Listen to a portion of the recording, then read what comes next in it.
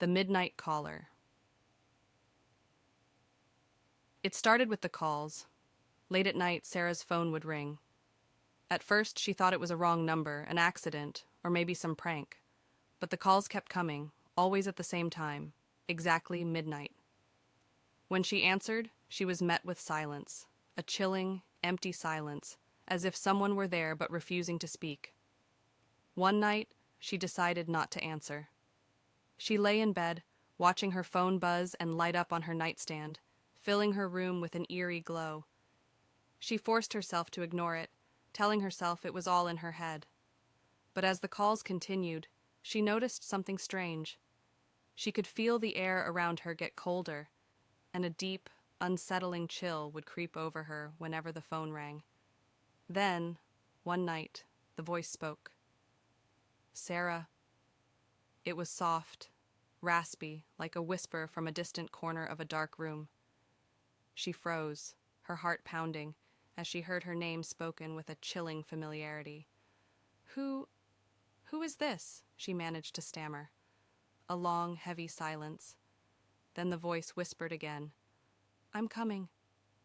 She slammed the phone down, breathing hard, her hands shaking. She tried to convince herself it was just a prank, but that night she barely slept, glancing at her phone every few minutes, afraid it would ring again. Days passed without any calls, and she began to relax, almost believing it was over. Then, one night, as she lay drifting toward sleep, her phone vibrated on her nightstand. It was midnight. She picked up, her hands trembling, barely able to breathe. "Hello?" she whispered. A silence followed, stretching out like a shadow. Then the voice returned, closer this time, softer, yet somehow more menacing. "I'm here." Heart racing, Sarah bolted upright, throwing open her bedroom door and flicking on every light in her house. She could feel a cold presence around her, like unseen eyes watching from every corner. She checked every room, peeking nervously out the windows, but there was no one there. Finally, exhausted, she slumped back into bed, leaving her lights on, her phone clutched tightly in her hand. The next night, it happened again. This time, she didn't answer, but a new text appeared on her screen. "Behind you."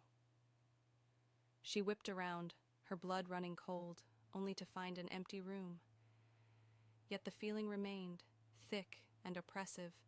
She felt a chill behind her neck, like icy fingers trailing up her spine. The following day, Sarah called the police, but they found no evidence of anyone trying to contact her. No strange numbers, no traces of anyone near her house. They assured her it was just a prank, a cruel joke. But she couldn't shake the feeling that it was something more. That night, the call came once again, at exactly midnight. Her fingers hovered over the answer button, her pulse hammering. She pressed accept and braced herself. But this time there was no voice, just the faint sound of breathing, shallow, raspy, as though someone were struggling for air. Slowly, the breathing grew louder, closer, until it felt like the caller was standing right beside her, filling her ears with each gasping breath. She threw the phone down, too terrified to even hang up. A new text appeared on her screen. "I'm here." Heart pounding, she looked around, certain she'd see someone in the shadows. The air grew colder, and the faint scent of decaying earth filled her room. And then her bedroom door creaked open. Trembling, she stared as the door slowly swung inward, revealing only the dark hallway beyond. Her phone buzzed in her hand, and she looked down at the screen, barely able to breathe. "Look closer." Slowly, against every instinct screaming at her to run, she took a step toward the door. Her hands shook as she reached for the light switch, her fingers brushing the cold metal. The lights flickered, and in the brief flash, she saw him, a figure standing at the edge of the hallway, tall, with hollow, sunken eyes that stared back at her from the darkness, a twisted smile frozen on his face. The lights went out, plunging the room into darkness. Her phone buzzed one last time, and in the dim glow, she read the final message. "I'm inside.